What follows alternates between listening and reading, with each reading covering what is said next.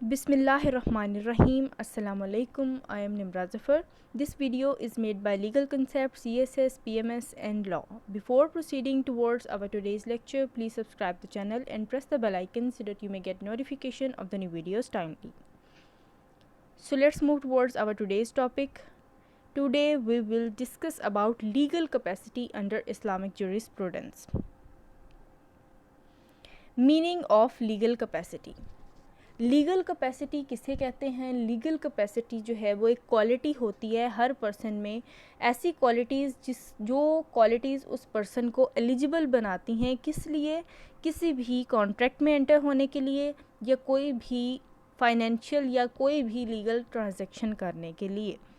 किसी भी कॉन्ट्रैक्ट में एंटर होने के लिए आपके पास वो क्वालिटीज़ होना ज़रूरी है जो इंसान को एलिजिबल बनाती हैं और जिसको हम कहते हैं legal capacity of a person. In Arabic legal capacity is called धीमा. It may be defined as dhima is defined as the quality by which man becomes fit for what he is entitled to and what he is subject to. किसी भी contract में enter होने से पहले या कोई भी लीगल ट्रांजैक्शन करने से पहले ऐसी क्वालिटीज़ को चेक किया जाता है जो कि एक पर्सन में होना ज़रूरी है, जिससे ये पता चले कि ये पर्सन जो है ये एक फ़िट पर्सन है किसके लिए? इस काम करने के लिए, ये लीगल काम करने के लिए, इस कॉन्ट्रैक्ट में एंटर होने के लिए। Legal capacity. Capacity means that a person is legally able to enter into a contract. There are several things that make a person legally able to do so, including age and state of mind. इसका मतलब ये है कि अब हमें कैसे पता चलेगा कि एक पर्सन लीगली जो है एबल है, इस काबिल है कि वो कोई कॉन्ट्रैक्ट में एंटर हो सके। वो उसके लिए बहुत सारी चीज़ें हैं। अब वो चीज़ें क्या होंगी? वो ही चीज़ें उसकी क्वालिटीज़ होंगी जो कि देखी जाएंगी, जिसको हम कहते हैं लीगल कैपेसिटी। अब वो क्वालिटीज़ किस किस तरह की हो सकती हैं? यहाँ पे एग्जांपल के तौर पे लिखा हुआ है कि एज है एक और स्टेट ऑफ माइंड है। जैसे स्टेट ऑफ माइंड एक इंसान की ठीक होनी चाहिए, मतलब एक पागल इंसान है, ठीक है ना, इनसेन पर्सन है, तो वो लीगल कैपेसिटी उसकी नहीं होती इतनी कि वो कोई कॉन्ट्रैक्ट कर सके, ठीक है ना। उसके अलावा एज है, एक माइनर पर्सन जो है बिलो 18 जिसकी एज है, तो वो एक कॉन्ट्रैक्ट नहीं कर सकता, ठीक है। अगर उसने कॉन्ट्रैक्ट कोई करना है या कोई ट्रांजैक्शन करनी है तो वो फिर अपने गार्डियन के बिहाफ पे करता है, ठीक है। खुद से वो कोई ट्रांजैक्शन नहीं कर सकता। अब ये जो है ये क्वालिटीज़ होती हैं किसके लिए कि आया कि एक इंसान फिट है कि नहीं है किसी भी कॉन्ट्रैक्ट में एंटर होने के लिए। Kinds of legal capacity. अब लीगल कैपेसिटी जो है वो किस किस काइंड की होती है? सबसे पहले respective legal capacity. It means capacity for the acquisition both rights and obligations. अब रिस्पेक्टिव लीगल कैपेसिटी वो होती है ऐसी कैपेसिटी जिसमें एक पर्सन के पास राइट्स भी होते हैं और ऑब्लिगेशंस मतलब ड्यूटीज़ भी उसने परफॉर्म करनी होती हैं। For example, a child yet to born has also some capacity which enables him to inherit. जैसे एक न्यू बॉर्न बेबी होता है, ठीक है, वो जब पैदा होता है तो फिर उसके पैदा होते साथ ही वो उसके अंदर वो कैपेसिटी होती है कि वो राइट्स को एक्वायर कर सके, ठीक है। वो राइट्स को तो एक्वायर कर सकता है लेकिन वो अपनी ऑब्लिगेशंस को परफॉर्म करने के काबिल नहीं होता, इसीलिए हम इसे कहते हैं रिस्पेक्टिव लीगल कैपेसिटी, ठीक है।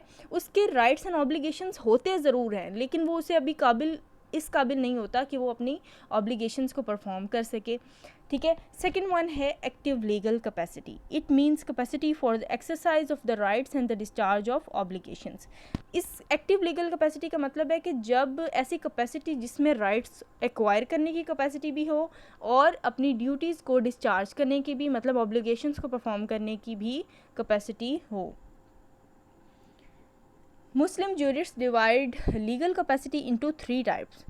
Complete capacity, complete respective capacity is found in a human being after his birth. कि जब इंसान पैदा होता है तो फिर उसमें respective capacity होती है which makes him eligible for the acquisition of all kinds of rights and obligations, जो उसे इस काबिल बनाती है कि उसके ऊपर rights भी acquire करने की भी उसमें competency हो और वो obligations भी perform करे। लेकिन एक न्यू बॉर्न बेबी जो है वो इस काबिल नहीं होता कि वो अपनी obligations को perform कर सके, लेकिन होती ज़रूर है।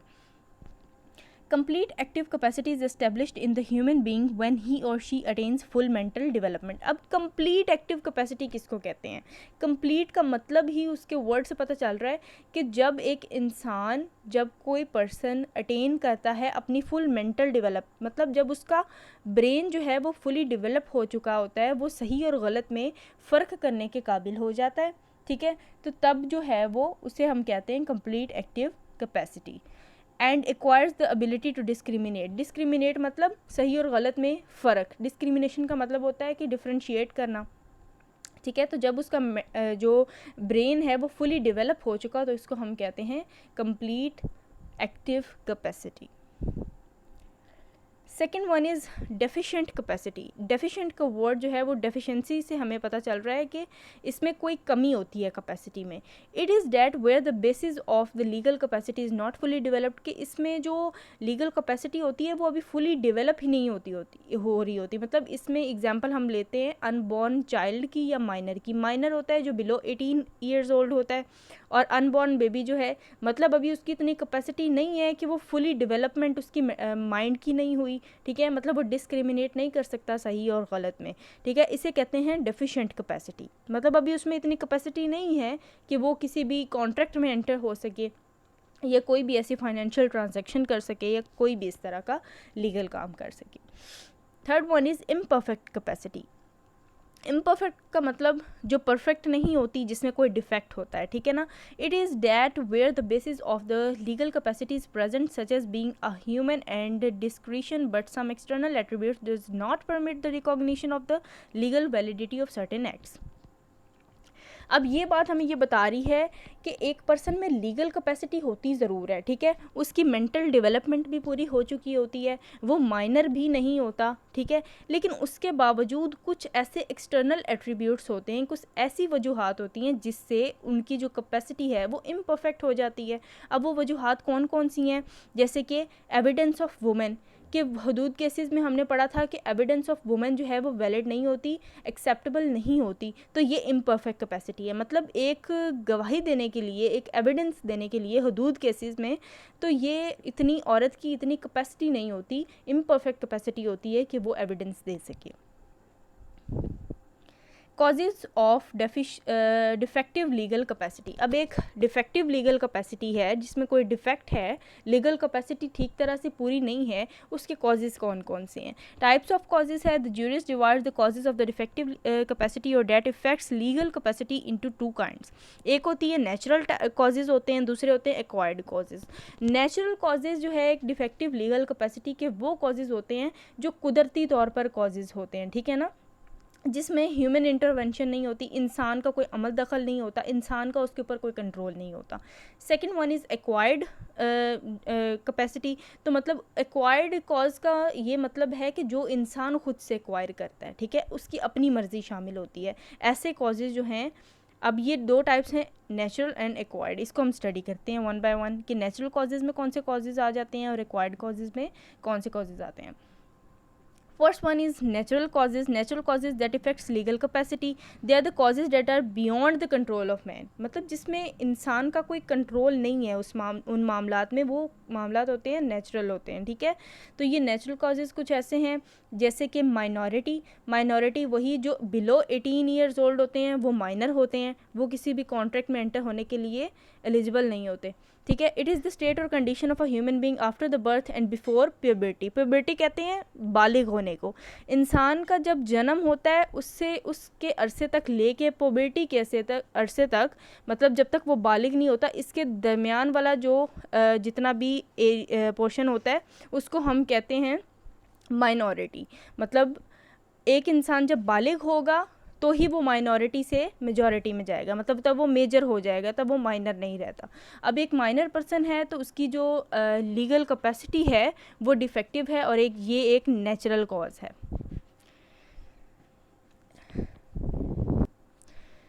Acts of minor. The position of a minor for his acts from the legal point of view is the same in Islamic law and in English law. The acts of minor may be discussed under the following heads. अब जो miners होते हैं उनके acts के बारे में इधर explain किया हुआ है.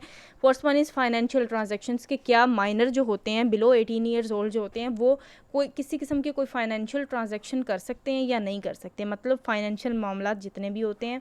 A minor can enter into a financial transactions through his guardian, के माइनर ज़रूर एक फाइनेंशियल ट्रांजेक्शन में एंटर हो सकते हैं लेकिन उसकी शर्त ये है कि वो अपने गार्डियन के बिहाफ पर हों. If it is for his benefit, अगर वो उसके बेनिफिट के लिए है तो he is also liable to any damage cause to another property, कि अगर गार्डियन ही उसका जो है वो फाइनेंशियल ट्रांजेक्शन में वो गार्डियन के थ्रू एंटर हो रहा है तो इसका मतलब ये है कि अगर वो जो बच्चा है वो जो माइनर है वो अगर किसी किस्म का किसी की प्रॉपर्टी को कोई नुकसान पहुंचाता है या किसी को फिज़िकली कोई जो है वो नुकसान पहुंचाता है तो इसका मतलब ये है कि वो तब भी लाइबल होगा लेकिन वो खुद लाइबल नहीं होगा, उसके गार्डियंस को जो है उसको कंपनसेशन देनी पड़ेगी उसकी. एंड फॉर द मेंटेनेंस वही होता है जब बिगड़े हुए काम को संवारने के लिए, इसको कहते हैं maintenance of the wives and near relatives. Criminal liability, a minor can not be punish for his act which turn into offences, कि एक माइनर को जो है पनिशमेंट नहीं दी जाएगी अगर उसका कोई भी एक्ट जो है वो क्रिमिनल एक्ट में कन्वर्ट हो जाए, मतलब वो कोई उससे ऑफेंस हो गया है तो उसको पनिशमेंट उस चीज़ की नहीं दी जाएगी. नेक्स्ट है रिलीजियस लाइबिलिटी, द इबादात are not obligatory on minors, he is not bound to perform act of worship, कि एक माइनर जो होता है वो बाउंड नहीं होता किसी चीज़ के लिए. जब वो इस काबिल हो जाता है कि वो तमाम की तमाम वर्शिप्स जो हैं उनको जो है कर सके तो मतलब तब ही जब वो अपनी उस एज तक पहुंचेगा तब ही उसके ऊपर सब कुछ ऑब्लिगेटरी होगा. नेक्स्ट है इंसेनिटी, इंसेन पर्सन होता है जो पागल होता है जिसका दिमाग जो है वो सही से काम नहीं करता होता, तो इस केस में क्या होगा, ये भी एक नेचुरल कॉज है डिफेक्टिव लीगल कैपेसिटी का. The legal capacity of an insane person except as to acts done in the lucid intervals. Insane person मतलब जो पागल होता है, जो मेंटली इल होता है, ठीक है. और वो कहते हैं कि legal capacity of insane person except as to acts done in lucid intervals is affected, मतलब कि लीगल कैपेसिटी उसकी बिल्कुल भी नहीं होती लेकिन उसकी जो लीगल कैपेसिटी है वो कब मानी जाती है, जब वो अपने ल्यूसिड इंटरवल्स में होता है. ल्यूसिड इंटरवल्स मतलब जब उसकी मेंटली हालत ठीक होती है, ठीक है, उसको इंटरवल्स कहते हैं. जैसे मिर्गी के दौरे पड़ते होते हैं कुछ लोगों को, तो वो मिर्गी के दौरे जब उनको पड़ते होते हैं फिर वो बाद में ठीक भी हो जाते हैं कुछ टाइम के लिए, तो वो जो जिस टाइम में वो ठीक होते हैं उसे कहते हैं ल्यूसिड इंटरवल्स, ठीक है. is affected in the same way as that of an infant without discrimination, मतलब उसको उसी तरह माना जाएगा जैसे कि एक माइनर पर्सन को या एक बच्चे छोटे बच्चे को माना जाता है, ठीक है. मतलब वो अपने ल्यूसिड इंटरवल्स में अगर कोई कॉन्ट्रैक्ट करेगा या ल्यूसिड इंटरवल्स में कोई ट्रांजैक्शन कर रहा है तो उसको ठीक माना जाएगा, लेकिन जब वो अपनी ख़राब हालत में होगा तो फिर उसको नहीं एक्सेप्ट किया जाएगा. He has no liability for इबादात, के इबादात के सिलसिले में भी उस पर कोई लाइबिलिटी नहीं होगी और पनिशमेंट भी उसको नहीं दी जाएगी और उसकी तमाम की तमाम जो ट्रांजैक्शंस होंगी वो भी वॉइड होंगी.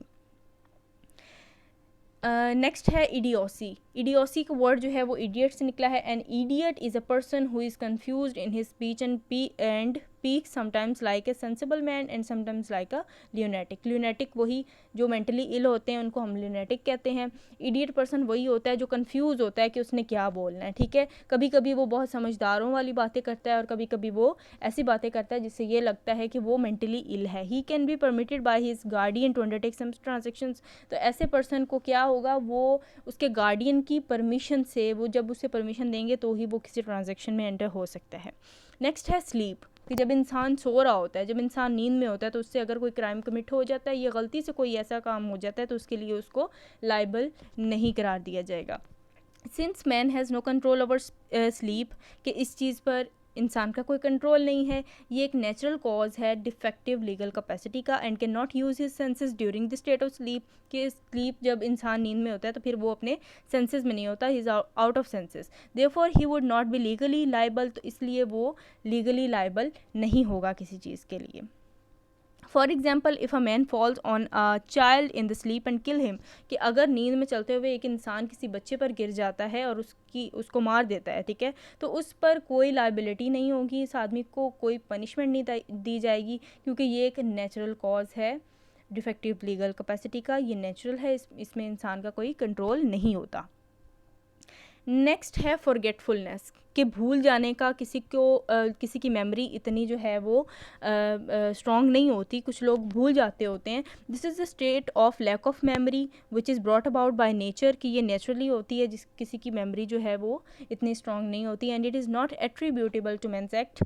अ man is not liable in the matter of rights of अल्लाह।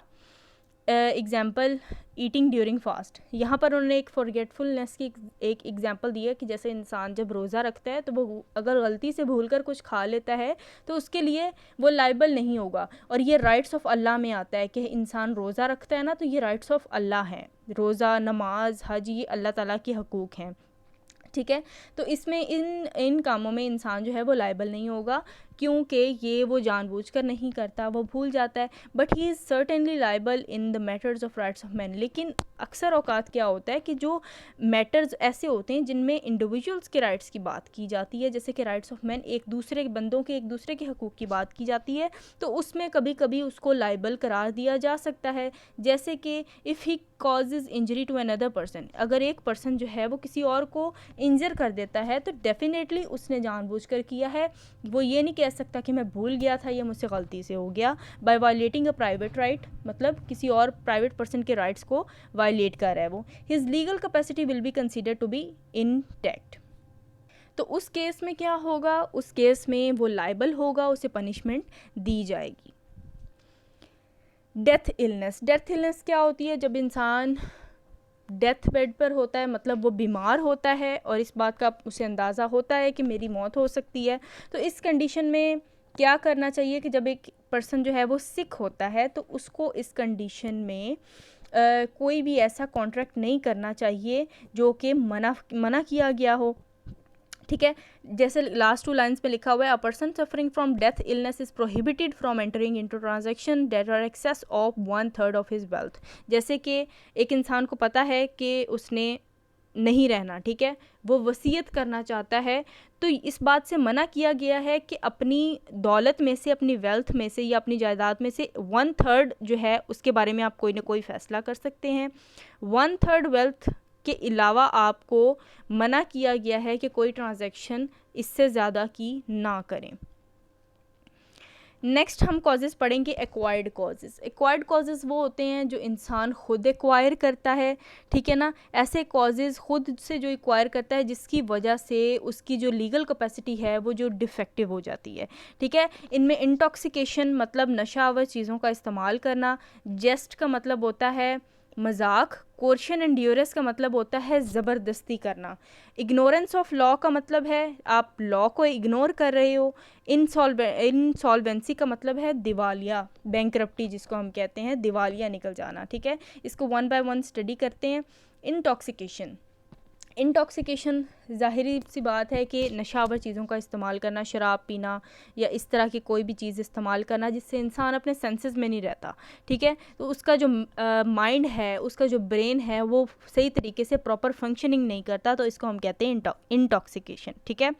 तो इस केस में क्या होगा, ये कौन से हैं, ये एक्वायर्ड कॉज है जिससे इंसान खुद ही जानबूझकर, मतलब खुद से वो इंटॉक्सिकेट हो रहा है, तो उसकी इंसान की अपनी वजह से उसकी जो लीगल कैपेसिटी है वो डिफेक्टिव हो जाती है, ठीक है। यहाँ पर उसको जो है इस चीज़ के लिए लाइबल करार दिया जा सकता है, उसकी लीगल कैपेसिटी यहाँ पर इफ़ेक्ट हो या ना हो, लेकिन उसको लाइबल ज़रूर ठहराया जाता है। अगर वो नशे में आके कोई एक्सीडेंट कर देता है, किसी और का नुकसान कर देता है, या वो नशे में गाड़ी चलाता है जिस तरह, तो उसके लिए उसको ज़रूर जो है वो कंपनसेशन पे करनी पड़ेगी, या उसके लिए उसको जो भी सज़ा कोर्ट उसे देगी वो उसके लिए लाइबल होगा।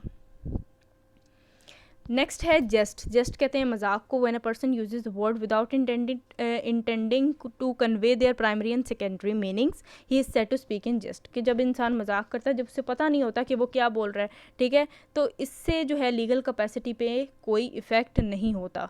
नेक्स्ट है कोर्शन एंड ड्यूरेस। कोर्शन होता है किसी से ज़बरदस्ती कोई काम करवाना, ड्यूरेस कोर्शन का मतलब होता है ज़बरदस्ती करना किसी के साथ। It is the situation in which one is forced to do something without his willingness. Willingness का मतलब होता है मतलब उसकी मर्जी नहीं होती इस चीज़ में, वो किसी के दबाव में आके ये कोई भी काम करता है।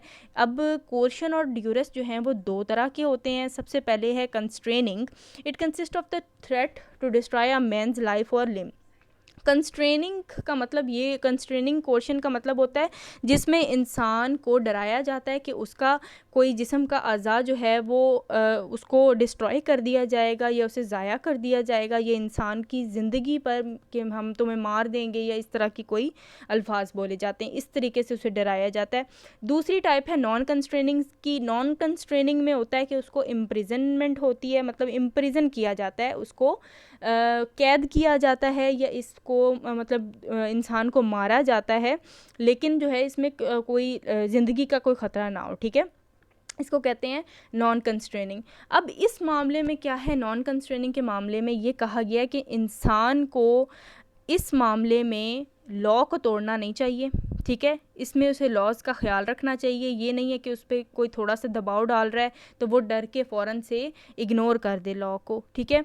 Coercion does not affect the capacity for the acquisition. इससे कैपेसिटी पे कोई असर नहीं होता, लेकिन द पर्सन अंडर कोर्शन में be held liable for the committing of जना। कि अगर कोई किसी को जना करने के लिए कह रहा है और ज़बरदस्ती कह रहा है कि ज़बरदस्ती जना करवा रहा है किसी से, तो फिर वो उस चीज़ के लिए लायबल होगा, ठीक है। क्योंकि जना जो है ये एक हद क्राइम है, इसकी पनिशमेंट जो है अल्लाह ताला ने ख़ुद बताई हुई है। ये एक बहुत जो है एक्सट्रीम किस्म का जो है ये गुनाह है, ठीक है। तो इसके लिए इंसान को लायबल करार दिया जा सकता है। और जिस तरह मर्डर हो गया, ठीक है, इसमें भी जो है लीगल कैपेसिटी पे फ़र्क पड़े या ना पड़े, लेकिन इंसान को लायबल ज़रूर होता है, उसे पनिशमेंट ज़रूर दी जाती है। नेक्स्ट जो है वो है इग्नोरेंस ऑफ लॉ। कि जब इंसान जानबूझकर लॉ को इग्नोर करे और ये कहे कि मुझे तो इस लॉ का पता ही नहीं था, ठीक है। वो एक फैक्ट हो और उसके बावजूद वो उसको डिनाई करता हो।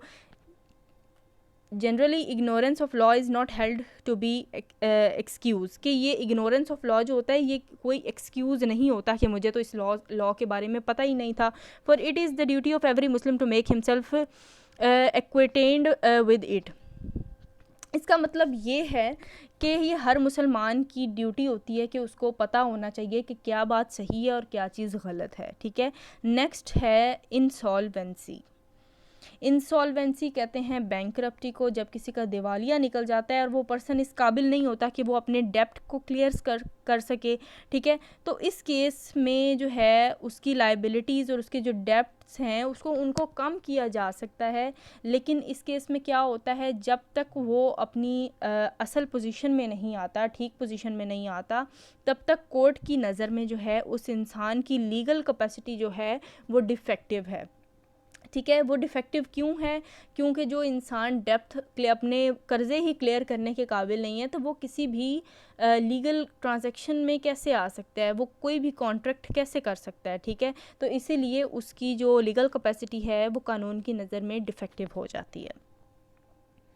नेक्स्ट कंक्लूजन है। कंक्लूजन में यही बात दोबारा बताई हुई है कि जो लीगल कैपेसिटी है वो क्या होती है। हर इंसान को लीगल कैपेसिटी का मतलब ये है कि वो कोई भी लीगल ट्रांजैक्शन करे या कोई भी कॉन्ट्रैक्ट करे तो उसको उसके लिए उसकी क्वालिटीज़ मौजूद होनी चाहिए, ठीक है।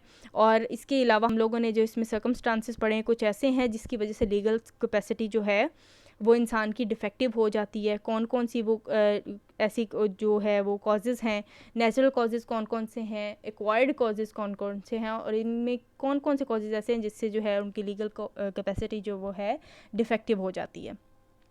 So this was all about our today's lecture. Thanks for watching the video, and if you like the video then don't forget to like, share and comment. Thank you so much.